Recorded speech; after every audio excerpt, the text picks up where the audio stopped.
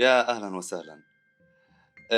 أهلا وسهلا فيكم طبعا بلايف خوارزمية، اللي بنستضيف فيه صناع محتوى مبدعين بالوطن العربي وخارج الوطن العربي. كله تمام؟ مرحبا مرحبا. تمام رواق. شو أخبارك يا براء؟ الحمد لله بخير، كله تمام. كيفك أنت؟ كله يعني والله تمام، والله تمام. يعني أنا شوف أقول لك، ما بعرف من وين نبدأ، ولكن أعتقد نبدأ إنه كيف بتحب تعرف عن نفسك؟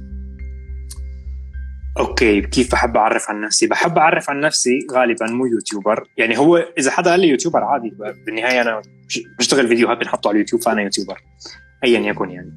بس بحب أعرف عن نفسي صانع محتوى، لأنه أنا بعتبر يعني مصطلح يوتيوبر هو يعني منحصر بس للناس اللي بيشتغلوا محتوى، بيشتغل بس على اليوتيوب، بيحطوا انستغرام ما بيشتغل مثلا، أو بيحطوا على التلفزيون ما بيشتغل. فلهيك أنا يعني لما حدا بيقول لي مثلا شو بتشتغل، ما بقول له يوتيوبر، عشان ما ينظر لي نظرة هيك تبع إنه أنت بتعمل تحديات أندوميت. فأنا لا، يعني بفضل أقول له صانع محتوى.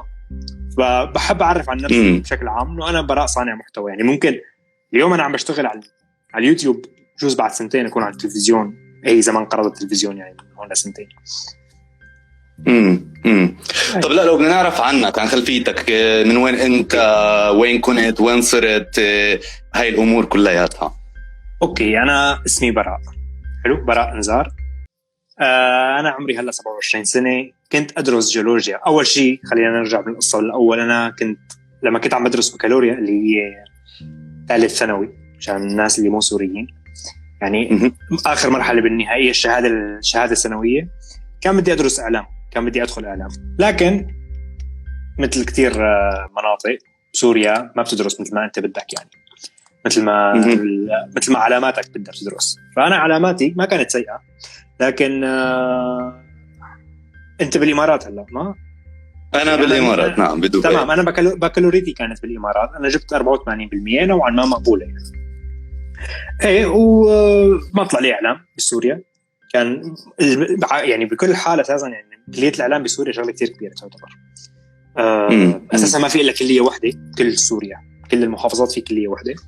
فكان الوضع كتير صعب، ومو مدينتي، هي كانت بدمشق وأنا من حلب. ما مشي الحال. فبلشت أشتغل عني، أنا أشتغل بالإعلام بس بدون ما أدرس بالإعلام. ومن هون يعني وقتها كنت مبلش جديد على السوشيال ميديا، يعني مو مبلش شغل، مبلش هيك يعني عندي حساب عادي بنزل ميمز ومدري شو. فخطرت لي فكرة أنه أنا ممكن أتدرب مهنيا يعني على الإعلام بالسوشيال ميديا. وقتها أنا كنت أعمل راب وما راب وهالقصص، كنت كتير ملم بهذا الموضوع. فبهديك الفترة فتحت صفحة للراب اسمها دعم الراب السوري المظلوم أو هيك شيء أتذكر. إيه، وتعلمت فيها شلون هيك مثلا، شلون بتدير السوشيال ميديا، شلون بتجيب تفاعل، شلون بتجذب المتابع، شلون إلخ. ومشي حالي الحمد لله. لبعد هذا الحكي 2015، لبعد سنتين تمام اشتغلت بجهة إعلامية، مشان ما أطول عليك. اشتغلت بجهة إعلامية. بعدين تركت الجهة الإعلامية، بلشت أشتغل ميمز وقصص هيك مع صفحة من الصفحات السورية. بعدين قلت ليش ما بشتغل برنامج، وطلعت فكرة بندو واشتغلنا. أيوة يا عين عليك. نيجي لبندق، نيجي إحنا هلأ بدنا نحكي عن بندق. وكتير عالم على فكرة يعني هلأ في نشوف التعليق هيك على السريع لمحته. أنا بقرأ تعليقاتكم، ولكن بقدرش إني أقرأ تعليقكم أو أحكي مع براء، ولكن بقرأ التعليقات. في حدا حكى إنه بندق ما بيشبه براء، هذا تعليق من التعليقات اللي هلأ مرها. وفي كمان تعليق تاني هلأ هذا هو نفسه بندق. يعني شوف سبحان الله إنه حتى ناس ما بيعرفوا شكلك. فنحكي عن بندق، ونحكي عن كيف بدأت بصناعة المحتوى، وكيف بدأت فكرة بندق. أوكي، فكرة بندق، قلت لك أنا فترة من الفترات اشتغلت مع صفحة سورية للكوميكس، ولحد الآن بشتغل معهم، اسمه سيريان سلابينا. فيوم اللي اشتغلت مع سيريان سلابينا قالوا لي إنه إذا فيك تعمل برنامج ونحن من أنتج لك يعني. قلت لهم والله فكرة حلوة، بس يعني بهذاك الزمان ولهلا يمكن يعني انا ما برتاح على الكاميرا، تمام، ما بقى هلا مرتاح عادي، ما كتير بلبكني الموضوع. بس من زمان كنت كتير اخاف اوقف قدام الكاميرا، ما بعرف ليش. فخطر لي اعمل برنامج بدون ما اوقف قدام الكاميرا. فبلشت اشوف شو في عندي اوبشنات اعمل برنامج على اليوتيوب بدون ما اوقف الكاميرا. شفت كتير قصص، عجبتني فكرة الانيميشن لانه انا رسمي ماشي حاله، ما له رهيب يعني، بس ماشي حاله. فخطر لي هاي الشغله، وخاصه انه كانت بالوسط السوري ما موجوده ابدا، يمكن لهلا ما موجوده او يمكن موجوده يعني. طبعا ما عم بحكي هذا الشيء انه هو انا اول واحد بالعالم يعمل شيء، بس قصدي انه انا اخترت هذا الشيء يكون انيميشن اول مره بالوسط السوري لحتى يكون نوعا ما يساعد البرنامج تسويقيا. فهيك. طب وبندق يعني بندق شو بحكي؟ بندق بحكي يعني انا لما شفت بندق بحكي بكل شيء بس بطريقته. كيف خليت بندق يحكي بكل شيء بطريقته؟ احكي لنا هلا البرنامج اول ما انا حطيت رسمت السكتش تبع بندق كله رواق وهيك، قلت اوكي يلا هلا اجا يعني هلا لازم اقول لحالي يعني افكر بفكره ان البرنامج عن شو بده يحكي. يعني انا كنت فهمان انه فكرته هو بده يشرح شيء علمي او كذا، بس مالي متاكد من هاي الفكره. بعدين وقتها خطر لي يعني اول حلقه نزلتها كانت عن اللهجه الحلبيه، انه ليش اللهجه الحلبيه غريبه. ثاني مره نزلت حلقه هون لساتني ماني محدد يعني جوهر البرنامج او عن شو بيحكي محوره. ثاني حلقة عملت عن ليش نحن بنشجع أندية رياضية. بعدين قلت أوكي هي يعني حلقتين بيبدوا بسؤال الليش، خليني مستمر على هاي القصة. فبندق هو بيحكي عن أي سؤال ممكن يخطر ببال الإنسان ببلش بليش. طبعا في حلقات استثنائية ما حكيت إنه ببدايتها ليش، بس الجوهر تبع البرنامج إنه سؤال يبدأ بليش بندق بجاوبك. النت يعني كتير تعبان هالفترة، هون في تصليحات مدري شو. هلا مش الحال، قلبت على الداتا اعتقد هيك افضل. ايه اوكي خلاص خلينا هيك تمام ان شاء الله ما يخلص. ممتاز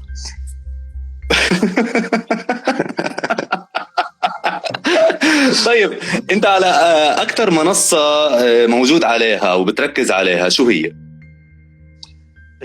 اليوتيوب حصرا، يعني اليوتيوب هو الشيء الرئيسي عندي. ثاني شيء بحاول اركز، يعني طبعا مثل ما انت شفت البرنامج بندق ما بينزل على قناه اسمها بندق، بينزل على قناه اسمها باب الشرق، فهي شركه. فانا ما عندي وسيله تواصل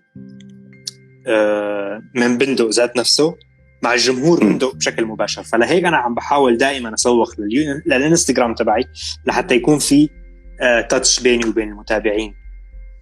وكتير بحب الطريقة اللي بتسوق فيها، يعني عن جد اسمع، يعني ما عمري شفت حدا بيقدر يسوق للإنستغرام تاعه بالطريقة الإبداعية اللي بتعملها أنت بالفيديو. مش يعني ما بعرف، يعني عن جد أنا لو بدنا نحكي هلأ نتعمق بموضوع صناعة محتواك بس ونحكي أكتر إنه كيف الأفكار بتجيك. الأفكار بتجيني لحالها. أنا عندي شغلة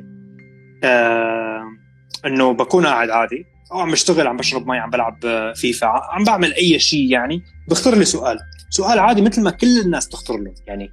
يعني انا بلعب على هاد الوتر كمان. يعني يوم اللي انا بعمل حلقة بيكون باغلب التعليقات يقول اوه انا من كم يوم سألت هالسؤال لحالي وانت اليوم جاوبتني.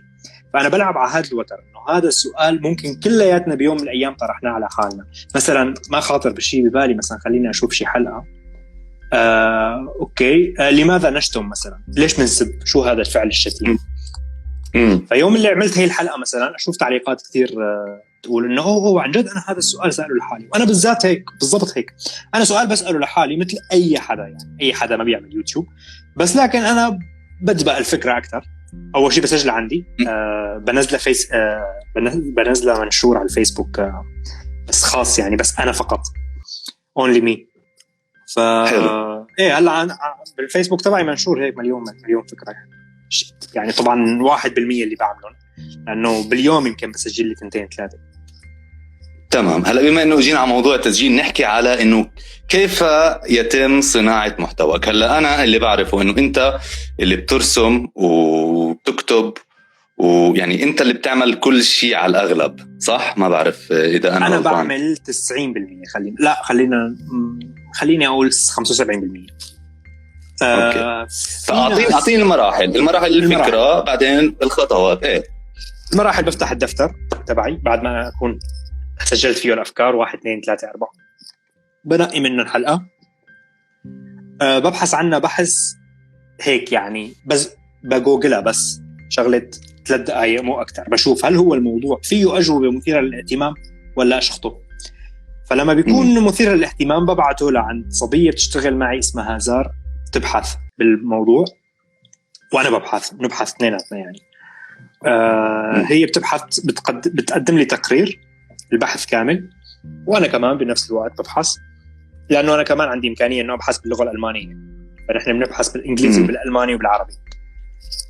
فبعد ما ببحث بيطلع لنا هيك بحث يمكن فيه شيء 15 صفحة متروسين معلومات، بيوصلوا لعندي، بقرأهم وبفتح ملف وورد قدامي، تمام، وبكتب الحلقة. بس شلون بكتبها؟ ما بكتبها إنه والله بقعد هيك كذا وأنا عم بقرأ البحث خطرت لي هاي الفكرة كذا كذا، بكتب بالنص. بيكون الحكي أول شيء بكتبه يعني رؤوس أقلام إنه كذا كذا كذا. بعدين بعد ما أخذ الخلاصة من البحث الطويل أبو 15 صفحة، يطلع معي شيء 7 صفحات نص، بس بيكونوا مخربطين. في معلومة مثلا تنقال لازم هون بشيلها بحطها فوق كذا هيك، بهيكله بحط له نسق معين. أيام إذا هيك يعني مثلا شفت شيء ظريف نكتة كذا مدري شو بحطها، وأيام بالتسجيل أغلبهم أساسا النكت اللي بقولهم أغلبهم بالتسجيل بيطلعوا معي يعني مو مكتوبين. هيك بلحظتها بلحظتها يوم اللي عم بسجل يعني، أغلبهم مو كله. فيك هلا في مثلا الشغلات اللي لازم أتسجلها يعني، مثلا إنه مثلا حوار بين شخصين أو كذا من النكت، هدول مكتوبين أكيد. بس مثلا في شغلات ما بعرف خطر لي شيء، أعطيك مثال، بس إنه في شغلات لا أنا مسجل، مثلا بقول إنه العالم الفلاني قال كذا كذا، بعدين طلع أنا هيك بفكر بصوت عالي على المايك، فبشوفها ظريفة. بشوفها طبعا إذا ظريفة برسمها وبعمل لها سياق بالحلقة، إذا ما بشوفها ظريفة بعمل لها كت. بعدين في كمان صبية بترسم معي اسمها شذا، بسلمها الرسمات الرئيسية، لأنه أنا أغلب الرسم تقريبا أنا برسمه، بس أنا خلفيات كذا رسمات معقدة تاخد وقت بسلمها ياهن، هي بترسم لي ياهن بتبعت لي ياهن، وبهالأثناء أنا بعمل المونتاج، وهيك تطلع معنا الحلقة ظريفة. وطبعا لحظة ما أنسى، في شخص مبدع اسمه عبادة هو اللي بيشتغل الصوت. على سيرة الصوت، الأدوات التقنية اللي أنت بتستخدمها، ما هي البرامج والأدوات التقنية اللي أنت بتستخدمها؟ خليك معي رح يطلع عنا شو هلا. هذا هو سجل على على الزوم. أوكي زوم هذا يا جماعة، بسجل عليه أيام، بسجل بالمطبخ يعني ما شرط يعني ما بشغله، بسجل هون، بعدين بمنتج الصوت. لا ما هو انا بدي ازعل منك، شو بسجل بالمطبخ هاي يعني بدنا شوي نجيب انا كيف بدي اورجيك اياها في اللي هي عندي الخدات عن جد لهلا انا ما عندي هذول. لا يا رجل الله اكبر. بس الزوم الشغله الحلوه فيه انه هو ما كتير بيحتاج هذول، لأنه الزوم هو مصمم إنك تصور فيه مسلسل. أكيد أنت بتعرف يعني، بس عم بحكي للعالم. هو مصمم مشان إنه تصور فيه مسلسلات برا يعني باللوكيشنات اللي برا بالشارع كذا، فهو ما كتير بيحتاج تصفية صوت، لأنه هو فيه هاي الشغلة يعني، هو بيسجل وبيصفي بنفس الوقت، فعادي يعني ما بسجل. جميل. طب لو بدنا نيجي نحكي عنك أنت كصانع محتوى، هل دخلك الكلي من صناعة المحتوى ولا لسه أنت في عندك شغلة تانية بتعملها؟ لا كله من صناعة المحتوى، بس مو كله بندق يعني، بشتغل شغلات تانية من صناعة المحتوى. أو ما بدي أفخم الكلمة، ما بدي أقول صناعة محتوى، بشتغل أونلاين يعني بالسوشيال ميديا أونلاين، بس مو شرط صناعة محتوى بالضبط. إدارة يعني، أيام أغلبهم إدارات متفرقة، ولكن الدخل الرئيسي يعني بندق أكيد. طب هل تطمح ليوم إنه يكون بندق هو الدخل الأساسي الوحيد ما في غيره؟ يعني, يعني يكون هو أنا بكفي. ما بعرف اذا بندق ذات نفسه ولا الشيء انا اعمله بالمستقبل، لانه يعني انا هاي الشغله انا دائما بفكر فيها انه هو بندق محدود بالنهايه. انا بحس يعني ممكن 100 حلقه، هلا نحن لسه عاملين 67 حلقه، ممكن 100 حلقه، ممكن 200، ممكن 300، لكن بندق بالنهايه هو شخصيه كرتونيه ممكن يوصل لحد خلاص ينتهي وابلش اطلع بشيء جديد. بس ما بعرف يعني هذا الحد ممكن انا راح احسه حس انه هذا بلشت ورقه بندق تنتهي وقتها، ممكن يعني حاليا شغاله ومثل الفل الحمد لله يعني. لكن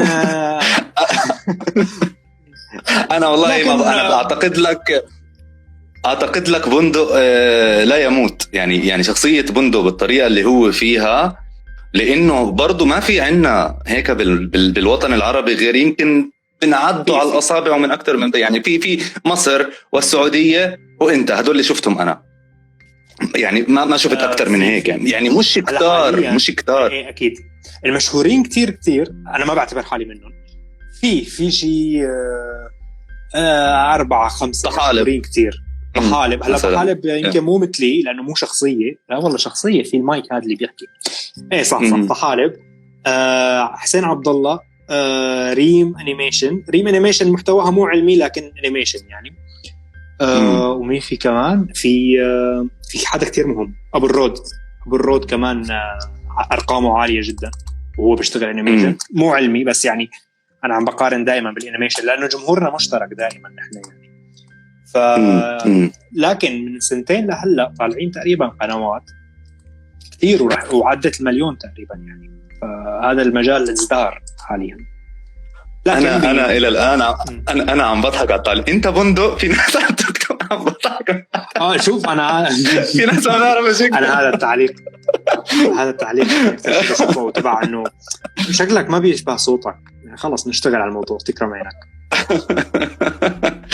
طيب هل عن طريق اليوتيوب في معلنين هلا يعني في هالناس بيجيك انها معلنين يعلنوا عندك بشكل دائم كصانع محتوى ولا لسه؟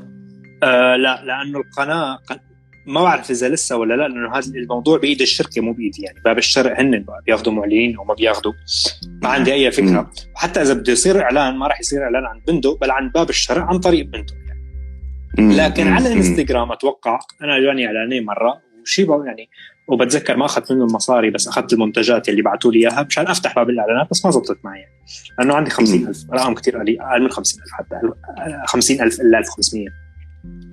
فلا طب انا في شغله هلا ما لا دخل ابدا.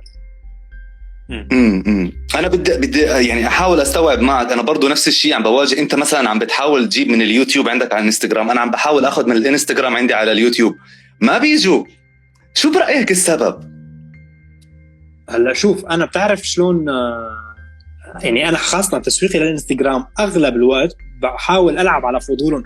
وبعد بكره في حلقه كمان راح احكي شغله على الانستغرام راح تجيب لي عالم كثير اتوقع. فانا دائما بحاول العب على فضولهم وهذا الشيء حقير شوي يعني، لكن خلص هيك السوق يعني شغال. يعني مثلا مره قطتي ميلا ولدت والحلقه ما لها علاقه بالقطط ابدا، لكن قلت لهم والله مثلا قطتي ميلا ولدت، تعالوا شوفوا الاولاد، تعالوا شوفوا الولاد تبع على الانست. وفعلا واجوا كتير اجاني بهذاك اليوم، يمكن اكثر يوم اجاني فيه فولورز بيوم واحد، اجاني شيء 1500 1300 هيك شيء، كله كرمال ميلا. فشافوا الستوريات وتابعوني وضلوا عندي، خلاص خلصت ولادة ميلا وضلوا عندي. وفي شغلات تانية أنا دائما بحاول يعني ألعب على الفضول المتابع دائما، إنه تعالوا شوفوا أولاد ميلا مثلا، أجوا شافوا، تعالوا شوفوا أنا هلا راح مسافر بعد فترة على مدينة، أوكي بيجوا. تعالوا شوفوا كواليس الحلقة، بيجوا. وهاي يعني دائما حاول تعطيهم سبب. أنا عم بعلمك يعني بس عم بقول لا علمني بالعكس اسمع، علمني وعلم الناس اللي عم بيشوفوا. أوكي. الفكرة من هذا اللايف يعني خوارزمية، احنا نحكي عن صناعة المحتوى وناخد انت بتعرف شغلات انا ما بعرفها، انا بعرف شغلات انت ما بتعرفها، يعني ممكن انه احنا نساعد كلياتنا بعض هيك. فانا يعني هلا اول شيء حكينا بنلعب على الفضول عشان نقدر نجيب شخص من منصة لمنصة عشان يتابعنا. ماذا ايضا بالضبط، واعطيه سبب انه يروح مثلا. يعني انتم مثلا انا بحياتي ما قلت، يمكن مره مرتين بقولها كمان، بس انه تابعوني على الانستغرام وبسكت، لا تابعوني على الانستغرام لكذا. يعني اعطيه سبب ليش يتابعك على الانستغرام. تابعني على الانستغرام لحتى تطرح لي مواضيع اعمل عليها حلقات. تابعني على الانستغرام لحتى تشوف انا وين مسافر الاسبوع الجاي. تابعني على الانستغرام لحتى تشوف اولاد ميلا. فانا دائما بحاول. وعلى فكره بالحلقات يلي بقول فيها هيك يجيني متابعين كتير منيح. وفي حلقات طبعا انا دائما ما بعمل مشان بيصير يمل، يعني بحرق الكرت. والله فضحت القصة كلها هيك ما بعرف شو. نازل حكي بس عادي ما في حدا غريب. هون الانستغرام هذا الشغلة حلوة إنه الجمهور اللي على الانستغرام عندي بحس هيك في علاقة يعني طيبة. يمكن هذا الحكي أنا ما بحكيه ببندق على اليوتيوب، لأنه تحس حالك هنيك واقف على منصة وهيك قدامك شعوب كذا. طب وهل تنصح الكل إنهم يعني ينشروا على أكتر من منصة، ولا يركزوا على منصتين، ولا كل يعني عندك تيك توك، عندك يوتيوب، عندك فيسبوك، عندك وعندك كتير منصات، شو نصيحتك؟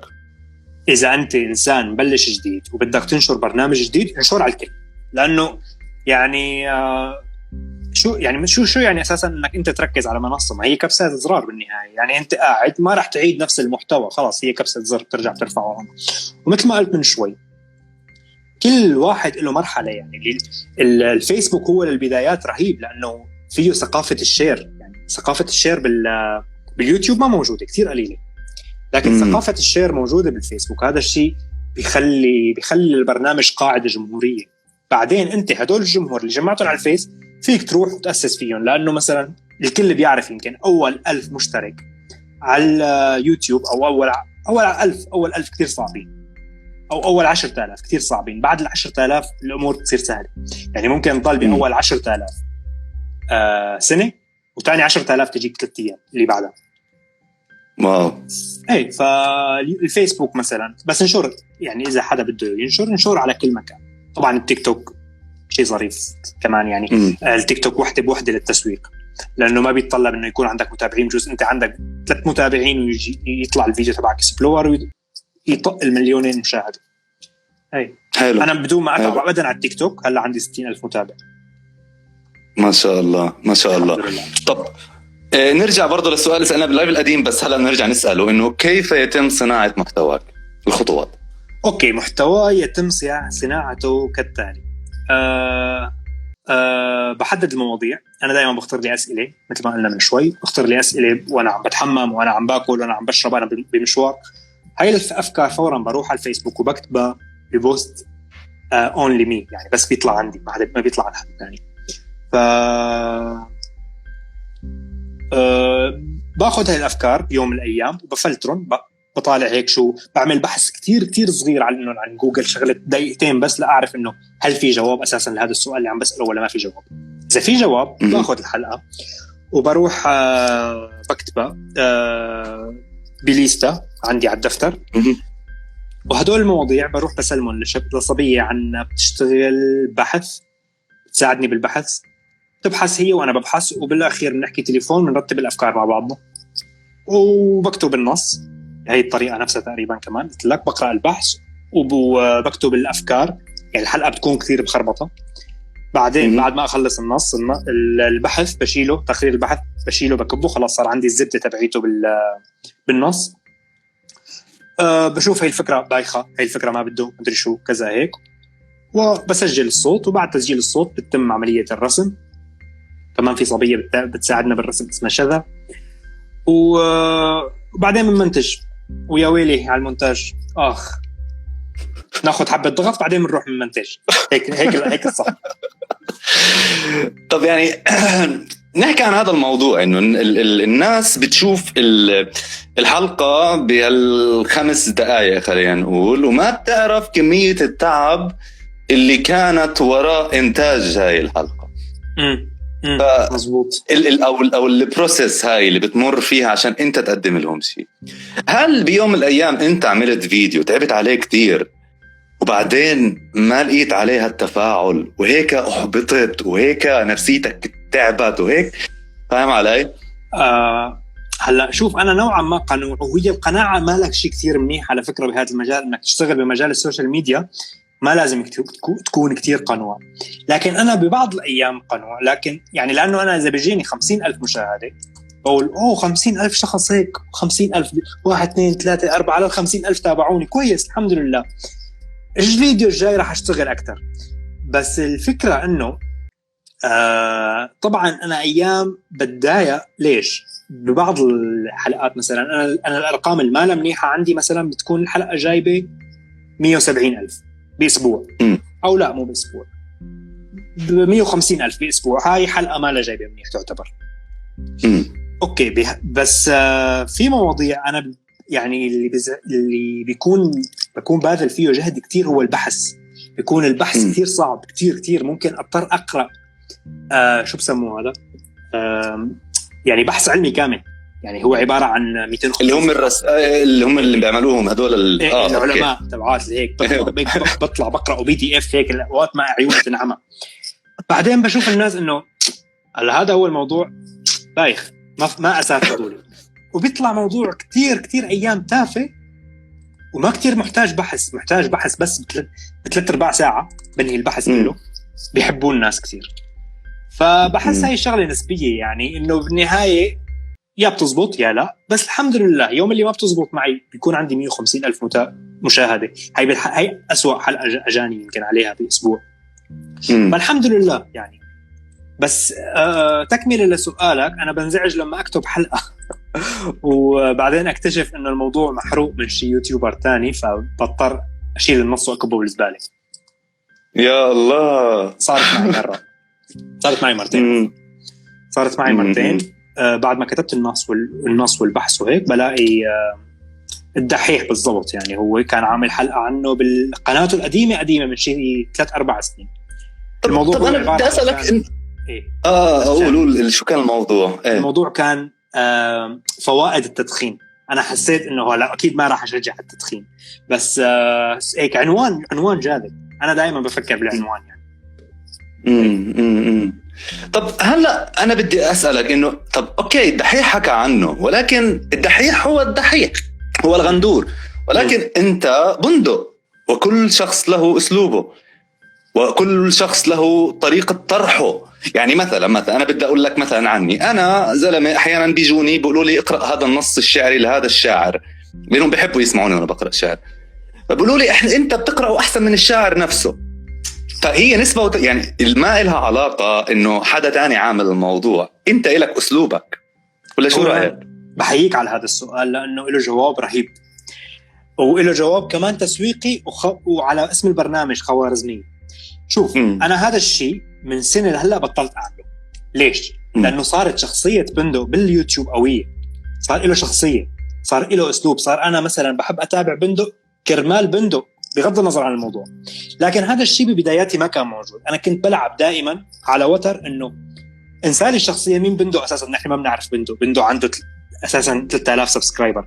بدي أجيبك مشان الموضوع، ويوم اللي بدي أجيب حدا كرمال الموضوع بدي ما يكون عليه أبدا حدا حاكي عن الموضوع. وهذا اللي عملته يمكن بأول 30 حلقة من برنامج مع بندق. هلأ عامل 67. أول 30 حلقة ما كان حدا عامل عن المواضيع على حد علمي وعلى حد بحثي بهذاك الوقت، لا عرب ولا أجانب حتى. فأنا كنت عم بلعب على هاي الشخصية كرمال أسوق للبرنامج. البرنامج بعدين لما يقوى ويصير عنده شخصية قوية باليوتيوب ما بيعود بيهمني. آخر مثلا هلأ قلت لك آخر 20 حلقة ما طلعت أساسا على اليوتيوب إذا حدا حكي ولا لا، ما بيهمني. صار في عندي شخصية قوية، صرت أحكي بجرأة. فهمت علي؟ يعني صرت أدخل بعين قوية على اليوتيوب. أنا راح أحكي عن هذا الموضوع، ما بيهمني إن شاء الله يكون 100 حدا حكي عن هذا الموضوع، لكن أنا راح أحكي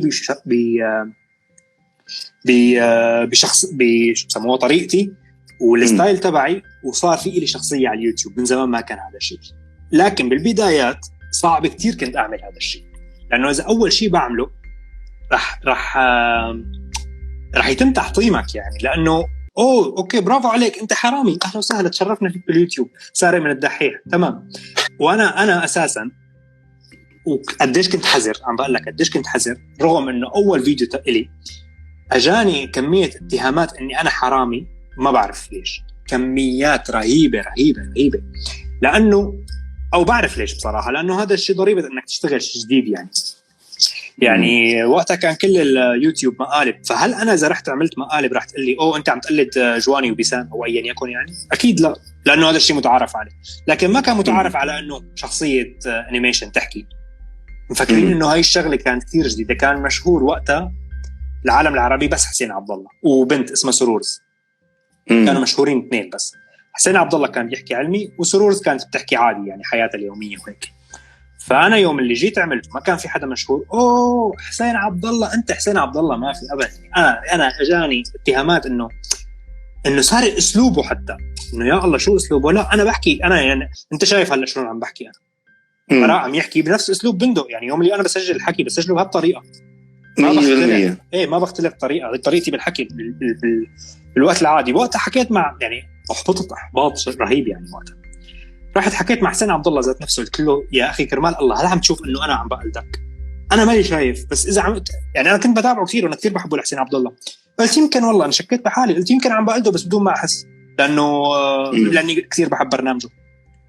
قال لي لا بصراحه اجاني كثير عالم كمان عم يقولوا لي انه فلان عم يقلدك اللي هو بندق، لكن انا مالي شايف انه في تقليد ابدا. فوقت ارتاح ضميري وما عاد اسال. يعني خلص اذا حسين عبد الله عم يقولوا انه ما انا ما عم بقلده وانا شايف انه ما عم بقلده، نحن اصحاب العلاقه يعني. مثل ما بدك، اذا بدك عم بقلد حسين عبد الله تمام. فلهيك انا كنت خايف انه احكي على مواضيع محروقه، لانه ما بدي ازيد الطين بله. طب وليه الى الان بتقول انه انت مش يعني كيف اقول لك، بتقول انه انت لسه ما وصلت؟ يعني وين بدك توصل؟ وين حابب؟ وين؟ انا شايفك وشايف ارقام وشايف كذا، يعني ليه لحد هلا عندك هاي القناعه؟ هلا انا بالنسبه لي قلت لك قنوع كتير والحمد لله رضيان كتير بهي الارقام رهيبه. بس لكن هي خلينا يعني نكون واقعيين. انا الحلقه الماضيه تبعتي نازله من 10 ايام جايبه 160,000. هاي من الحلقات اللي جايبه قليل بالمناسبه، يعني من حلقات ما بنزل. اليوم اللي بتجيب كتير بتجيب 200,000. 200,000 ب10 ايام هدول عباره عن يمكن يوتيوبر تاني بيبذل ربع مجهودي بيجيبهم باول نص ساعه، يعني بدون ذكر اسامي واحترامي للكل، واكيد هن عم يتعبوا يعني ما عم بحكي شيء. لكن هاي الارقام قليله نوعا ما. فانا بالنسبه لي طموحي انه حاليا اجيب جمهور جديد. اكيد يعني جمهوري احافظ عليه واجيب جمهور جديد. لوين بدي اوصل ما بعرف. انا بالنسبه لي ما عندي اي فكره، يعني ما عندي اي طموح انه يكون محدود. عادي مثلا اذا حلقتي بتجيب 1,000,000 يمكن انا هلا بدي اوصل لما حلقتي تجيب 1,000,000 مشاهده. بس يوم اللي بدي اوصل بدها توصل حلقتي 1,000,000 مشاهده رح اقول لك رح اشوفها قليل، رح اقول اوه مثلا نارين بتجيب اكثر مثلا. كل ما له بكبر الطموح يعني. فانا بالنسبه لي يمكن لشخص هلا مبلش جديد باليوتيوب بيطلع بيقول اوه انت وصلان انت 200,000، بس بينما انا هلا انا عم بحكي معك وانا قاعد على 200,000 بحس رقم عادي يعني. فانت كل ما توصل لشيء حاول بقى تشوف اللي بعده. هاي اذا انت كنت عم تشتغل صح على السوشيال ميديا. انا بحس يعني قلت لك القناعه ما كتير بتفيد على الشغل على السوشيال ميديا، لازم دائما تكون متطلع اكثر. مع انه انا بشوف مين عم يحكي انا يعني قنوع نوعا ما بحب هذا الشيء فيني. بس حبيت يعني كلام جدا مهم هذا يعني بتعرف.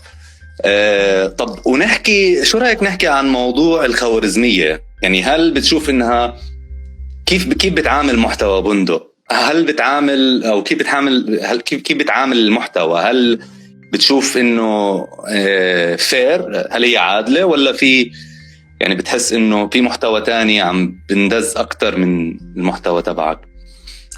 اليوتيوب خوارزميته لا تدعم المحتوى المتعوب عليه، هي حتما يعني كتير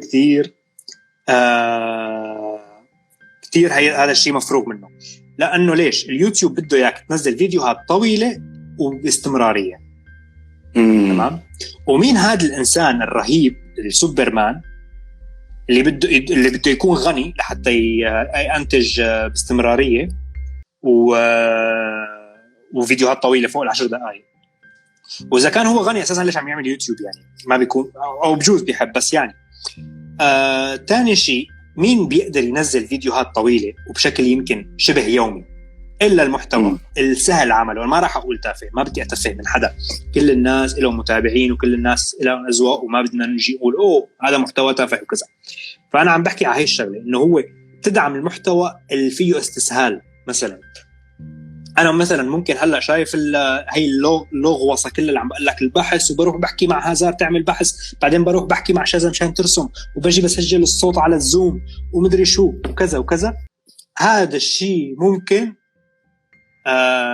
اجيبه كله بمقلب هلا اعمله مثلا بمرتي او ايا يكن. فهمت كيف؟ اليوتيوب بيحب الاستسهال، وهو يعني هدف مادي بحت تجاري. هي الخوارزمية هيك تشتغل، انا بالنسبه لي هيك شايفه يعني.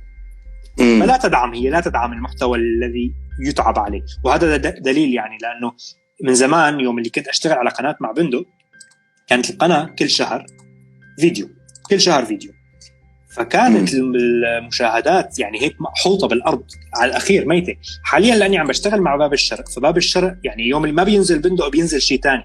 فعند اليوتيوب هي القناه مستمره يوميا، وفعلا مشي حال برنامج اكثر. وهذا كان سبب كثير رئيسي من الاسباب اني انتقلت فيه على قناه عباره عن منصه لكثير برامج. طب برأيك وين هو، شو هو صناعة يعني مستقبل صناعة المحتوى؟ لوين بدنا نروح؟ شو هو المستقبل؟ المستقبل أتوقع، وليس بالمستقبل القريب بل هو مستقبل بعيد، يمكن أتوقع رح يصير كل شيء صناعة محتوى، خاصة المتعوب عليه. رح يصير في شيء مثل نتفليكس، بس مو نتفليكس يعني، مثل نتفليكس لكن ممكن لليوتيوب مثلا. ممكن يوتيوب بريميوم هذا الجديد مثلا، تدفع مصاري كرمال تشوف فيديوهات.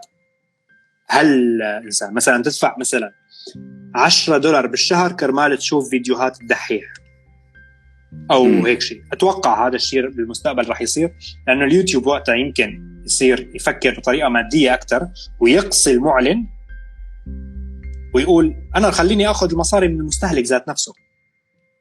أتوقع هذا توقع يعني، والله إن شاء الله يا رب تزبط، بعدين ينشروا لي هذا الفيديو يقولوا هو الذي توقع بالمستقبل. إن شاء الله. شاندلر فريندز لا راح ولا إجا. نعم بقلك بيشبه شخصية شاندلر بفريندز يا جماعة. عارف على فكرة الانستغرام هلا متجه بهذا الاتجاه يعني. اللايفات، في لايفات خاصة للناس اللي بدفعوا مصاري يعني، لا خيال. في لايفات خاصة. الريلز بده يصير يعملها مصاري. في شيء اسمه برضو ماركت بليس للكونتنت. يطالع مصاري قصدك ولا؟ يطالع مصاري، صاحب الحساب نفسه يطالع مصاري. اللايف نفسه احنا لسه ما وصل عنا يعني احنا هلا مثلا لو انا مثلا موجود بألمانيا وفاتح لايف، بيقدروا الناس يبعتوا مصاري، بيبعتوا لوب زي التيك توك وكذا. جد؟ هاي موجودة هلا على الانستغرام بألمانيا ودول أوروبا. على الانستغرام يا شباب اليوم الساعة 12 الظهر 12 كبسوا على الشاشة من هلا. لا ما في تكبيز هي عبارة عن إنه بيبعتوا زي هي فكرة الورود حتصير على الانستغرام، بس ما وصلت وطننا العربي. أتوقع كمان ما وصلت ألمانيا، لأنه أنا من أسبوعين هيك شيء عملت لايف وما كان في شيء. موجود عند عبد الحتو، وهو ضيف كمان ببرنامج خوارزمية، موجود عنده. أنا نفسي دفعت له نص سنت ولا مش متذكر $. واو عملتها يعني. هو موجود بألمانيا. نحكي الموضوع هذا بعدين. طيب ضروري نحكي. نرجع نحكي مصاري. طبعا هذا الجد.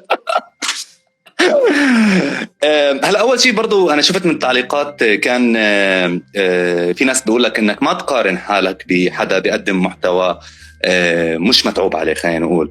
وهي فعلا انا اتفق معهم يعني، عن جد براء. ما تقارن حالك مع دون الناس، قارن حالك مع الناس اللي بتقدم محتوى تاني. ولكن شوف، لو بدنا نيجي نحكي هلا، في ناس وراهم منصات إعلامية ضخمة وبضخوا بالماركتينج كمان. فعشان هيك يعني عن جد ما تقارن حالك، لأنه أنت أعتقد لك وصدقني حنحكي احنا كمان سنة أو سنتين ومع بعض يعني، حتكون من أشهر الناس اللي موجودين على اليوتيوب، لأنه محتواك جد يعني، مش لأنه فقط يستحق. هل تم مرة من المرات انه حسيت الخوارزمية على الانستغرام خلينا نقول تم حجبك، تم اقصائك لانك حكيت بموضوع معين؟ ايه مرة هلا ما بعرف اذا على ما كان على الريلز بشكل عام، لانه الريلز انا عندي بتجيب مشاهدات منيحة.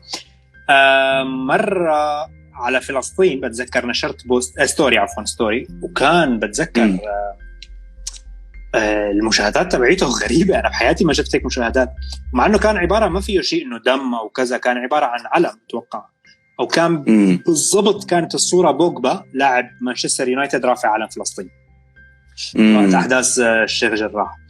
فكانت صورة جدا عادية، لكن الصورة اللي قبلها يعني كنت منزل وقت صورة قبلها كان عليها شغلة 3000 هيك، بعد شيء 15 ساعة نزلت هي الصورة على الستوري شيء 600 700 هيك شيء. فكان موضوع غريب يعني. طلعت هيك قلت اوكي وضحت يعني الصورة، وما هي ما لم خباي يعني، هن بقول لك معايير المجتمع وكذا.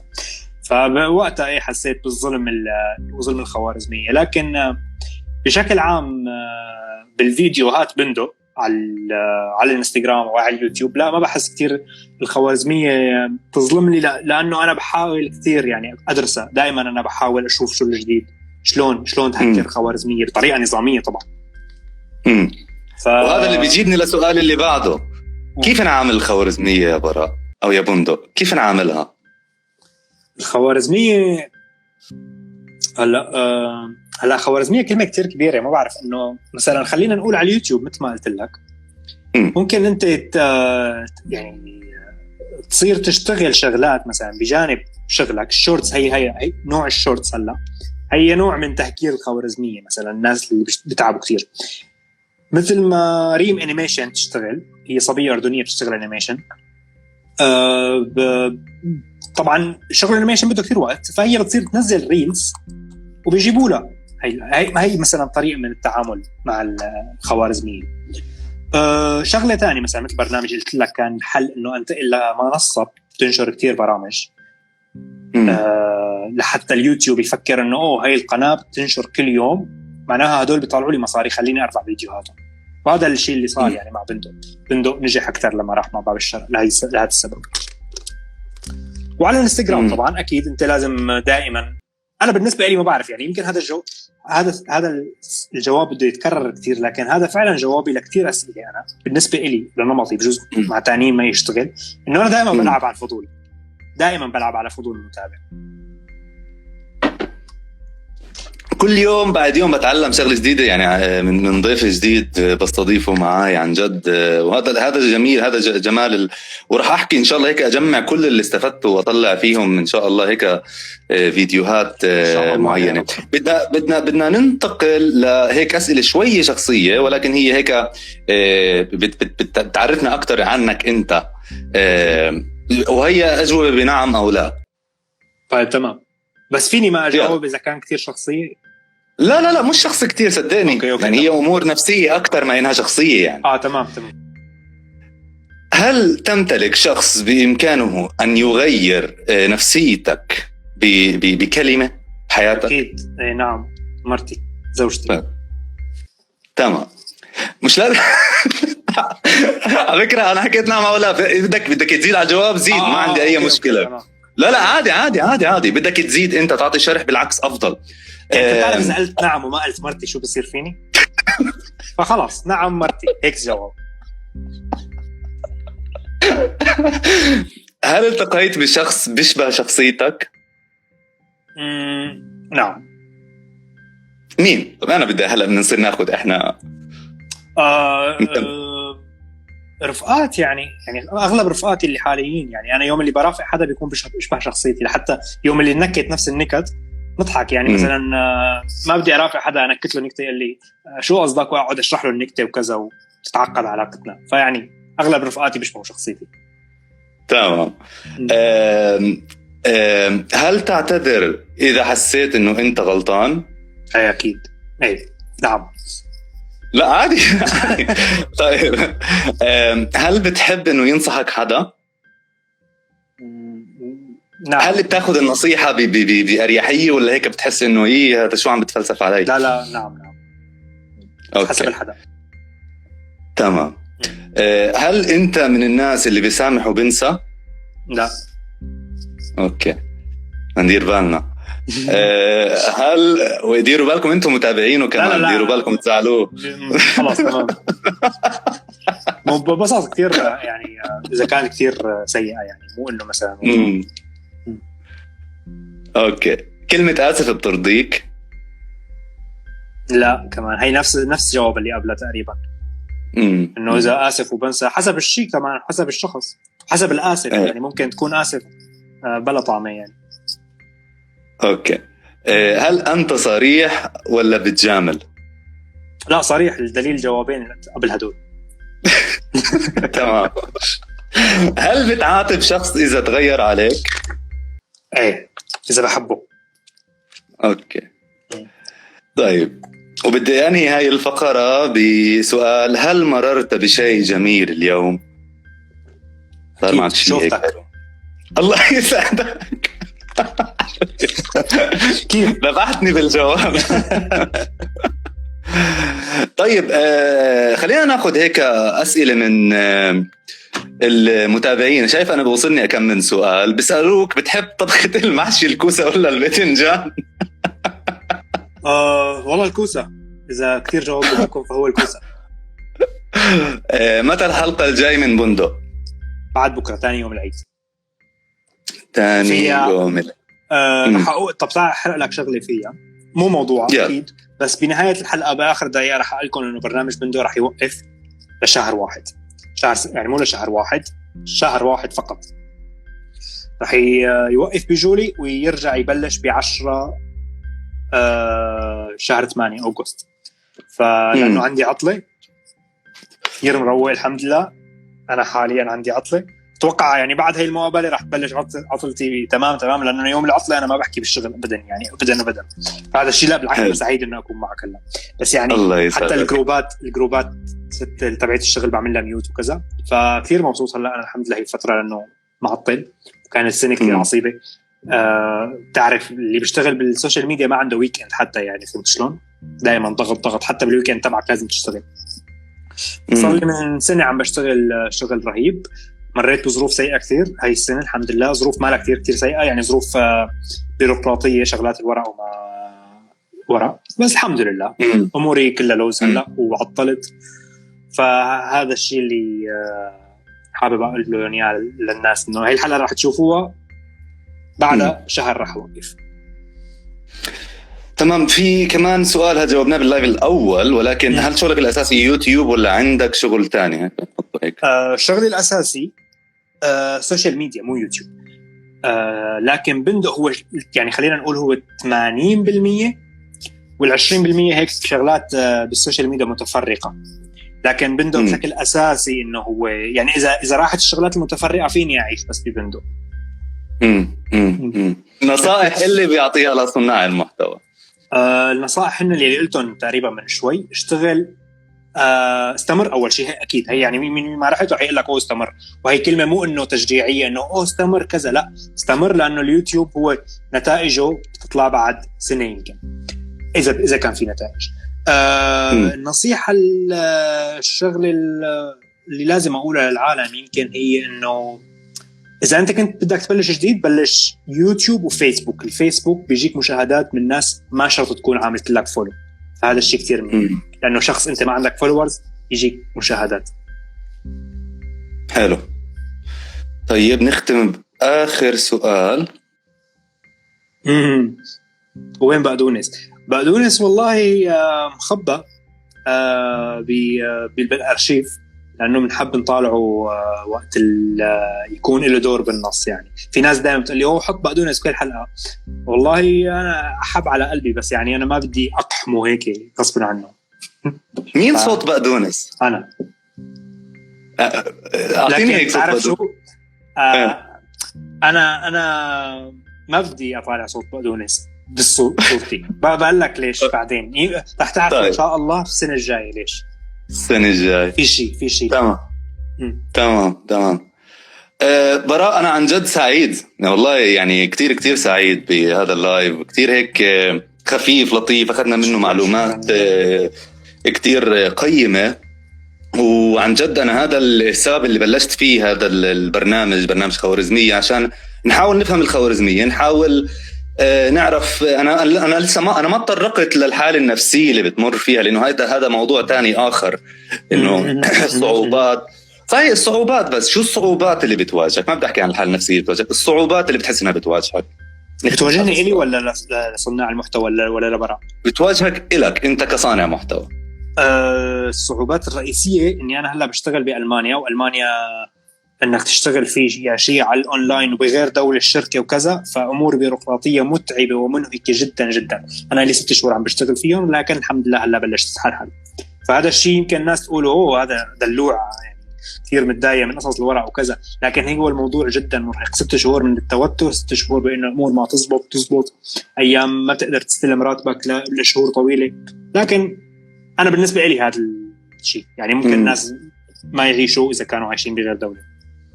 طيب، والصعوبات اللي بتواجه صناع المحتوى بشكل عام، خلينا صناع المحتوى الهادف بشكل عام. أول 10,000 متابع أو أول 1000 متابع كتير صعبين. أول 1000 متابع أو خلينا نحكي أول 10,000. أنا بتذكر يوم اللي وصلت 10,000 ثالث يوم يمكن كنت 50,000. تخيل ضليت تقريبا 3 شهور لو وصلت 10,000، ويومين فوق 10,000 وصلت 50,000. فأول 10,000 كتير صعبين. وأول إذا بدنا نحكي بالخوارزميات بالضبط، أول 4,000 مشاهدة، أول 4,000 ساعة مشاهدة عفوا. يعني مثلا إذا الفيديو تبعك طوله دقيقة لازم لا هيك رياضيات كتير. إذا طول الفيديو تبعك ساعة لازم يكون 4,000 شخص شايفينه. هدول كتير صعبين. يوم اللي بتوصل لهي اليوتيوب بكافئك، بيدفشك دفشة. هي الدفشة كتير مهمة. حلو. لأنه أنا هلا على اليوتيوب عندي 1300 وإشي، وصدقني يعني متى بدنا نوصل ل10 إن شاء الله. إن شاء الله قريبا بأقرب وقت. يعني أنا أشوفك الله يسعدك. أنا من الأغلاط اللي غلطتها إني ركزت أول ما بدأت سوشيال ميديا، ركزت فقط على منصة واحدة وهي الانستغرام فقط لا غير. يعني ركزت فقط على الانستغرام. أنا بالنسبة لي يعني هي كبسة زرار بالنهاية. فأنت راح تعمل شيء كتير بسيط، إذا نجح يكون كتير رهيب، إذا ما نجح أنت ما خسرت. يعني حرقت يمكن 0.5 حريرة وأنت عم تدوس الزر، فعادي واحد كله لازم يعملها يعني. براء انذار بندق يعني اخيرا شفت بندق. هي عن جد الناس طب بصير افتح لايفات اكثر يا زلمه عشان الناس يشوفوك. هيهم بدهم يشوفوك. والله بفتح، ما بعرف نكارين تقول يا زلمه. عن جد بفتح كثير. او يمكن من عندي. يمكن صح يمكن من عندي. اوكي. براء عن جد انا سعيد جدا بهذا اللايف، وكثير مبسوط فيك، وكثير مبسوط بشخصيتك اللطيفه المتواضعة المريحة المبدعة اللي بنشوفها بفيديوهات بندق، وبنشوفها فيك اللي شفناها فيك اليوم كمان. يعني عن جد أنا بتشكرك كتير على هذا اللايف.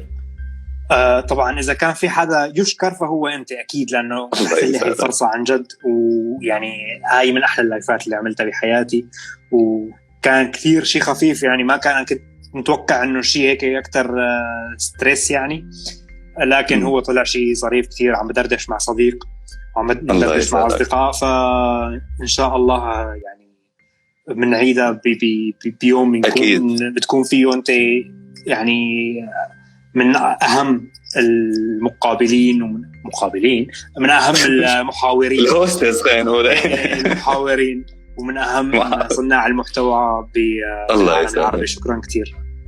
الله يسعدك. طيب يا جماعة، إلى هنا بدنا نقول لكم عن جد شكرا للي تابعوا اللايف، وإن شاء الله تكونوا استفدتوا لو حرف من هذا اللايف. يعني إحنا هذا كل همنا من اللايف، يعني تستفيدوا شغلة ما بعرف. فمحبتنا إلكم واحد كده بحب أشكر أمي وأبي من هذا المنبر. تحياتنا للوالد والوالد. أكيد.